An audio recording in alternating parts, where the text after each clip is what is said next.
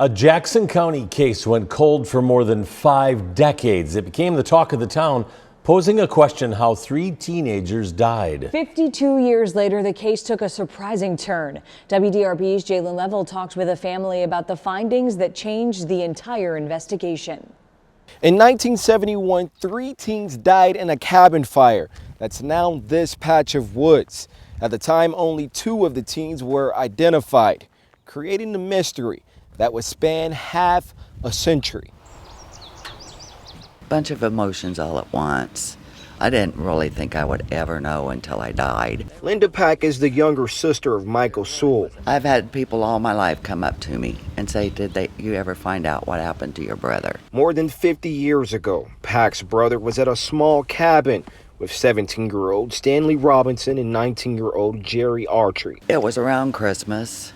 It was the 18th of December, and I just remember the day they came and told Mom that the cabin had burned. Killing Robinson and Autry, their bodies were badly burned. Investigators were able to identify the 2 teens through class rings located at the scene. But as the investigation went on, the questions, whereabouts, and mystery about Michael Sewell started. It's never stopped. It's just never stopped. The rumors and suspicion that Sewell murdered the 2 teens. It forced Pack's family out of Brownstown. The ones that cared about him knew that he couldn't do something like that. Months, years, and even decades passed until a renewed investigation last summer when Lieutenant Adam Nicholson was reassigned to the case. It just seemed really logical for us to believe that it was more than a possibility that Mike Sewell was in the fire. Nicholson decided to exhume the remains of Robison and Autry to look for any additional evidence of a third person. With the consent of the family, a team of anthropologists discovered the remains of at least 3 individuals.